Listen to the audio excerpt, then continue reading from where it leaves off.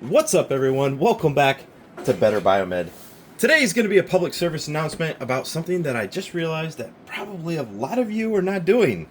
And that's why I'm going to teach you guys a little bit about at-home sanitation or at your shop sanitation or sanitizing your tools.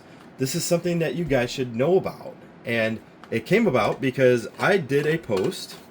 They got some criticism from a bunch of people about doing 3D printing of a part for my drink bottle. Well, some people said that it's not safe for consumption. Well, this is PLA, and PLA is BPA free. And then the comment came out that it's because there's bacteria that can be harbored inside the plastic. You're not wrong. It is something that could happen. However, not if you take necessary precautions. All the products that are up here are things that can and will harbor bacteria or viruses, and they will continue to reinfect you again and again and again if you don't take proper precautions. And I realize that a lot of you probably are not. And what I'm talking about is bleach. I hope everybody has a container of bleach at your house. It is a very, very useful chemical. It can be used to sanitize water if you have a shortage of water or questionable water that's coming out of your tap. You can actually use a small percentage of the sodium hypochlorite and you can put it in your drinking water and it will sanitize it. Yes, it tastes horrible. However, you could technically drink water with bleach in it if you had to. There are chlorine tablets that people give you, and those tablets are used for sanitizing water.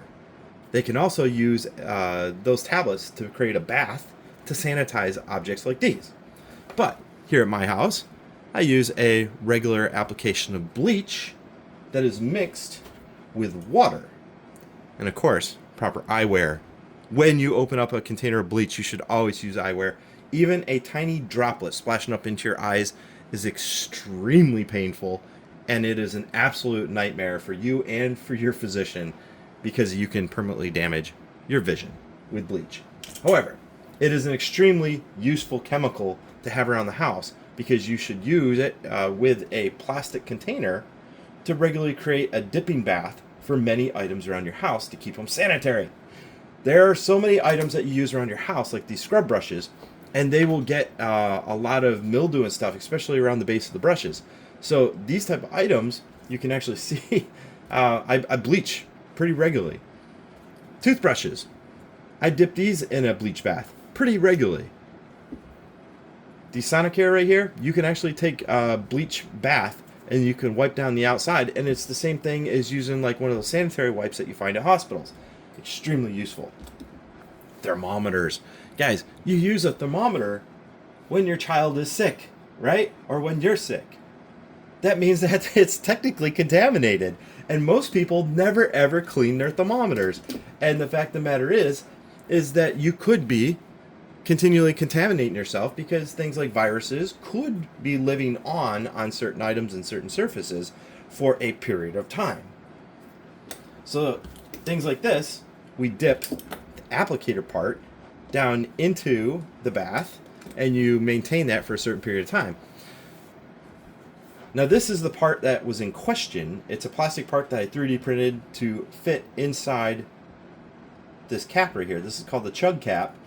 And by design, it's fantastic. However, I wish it had some stippling around the outside to give you more grip because this is a smooth rubbery surface. That's a bad design. But also, because it's got a tapered approach, you're going to have ice that wants to slide up and come out and hit you right in the mouth. And that is so annoying. So I created a design for this 3D part. But, correct, it should be cleaned. So there it is. It pops out.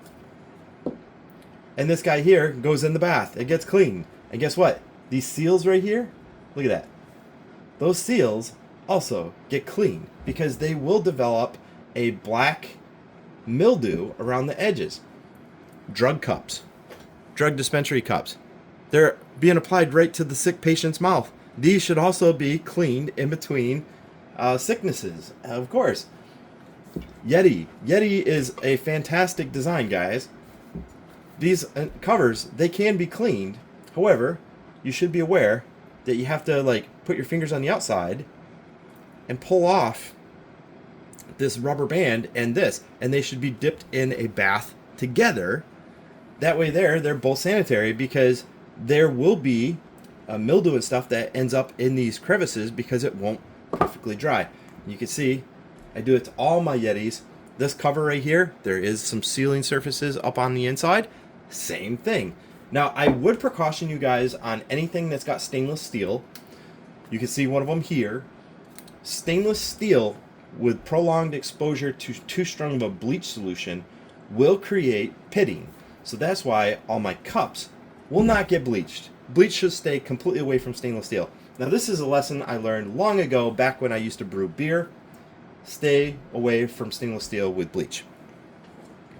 So when you're creating a bath, do not create a bath with a bowl that's stainless steel. Don't do it. Use something plastic.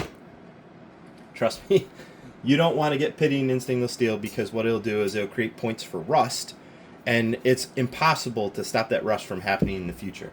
So the best thing about stainless steel, normally it doesn't rust, but once the pitting gets below the surface layer, because stainless steel creates a oxidized layer, and that oxidized layer prevents further rust from getting underneath it. But bleach pits that, and it gets down beneath that oxidized layer and allows rust to really form. So guys, there you have it. There are many, many items around the house that you should constantly be cleaning and sanitizing regularly, especially if you have people that are sick, like kids. Don't keep reinfecting your kids. And especially if you have multiple kids, one of them is showing signs that they're sick. Sanitize your stuff, especially if you're going to interface with the other kids, because if you interface with other kids in a short duration of time, you could be reinfecting other people. Parts like this, not a worry whatsoever, because parts like this, all you got to do is sanitize them and you're good to go. Allow it to dry perfectly free in between applications, and that also prevents the mildew and bacteria. So the same thing that can be said about this could be said about any of these items, is that bacteria can harbor, especially around the bases of brushes and stuff, and you could be eating that inadvertently because of your own poor sanitation. So, guys, there's my tidbit for you. Use bleach. Use eye protection. Do not add water to bleach.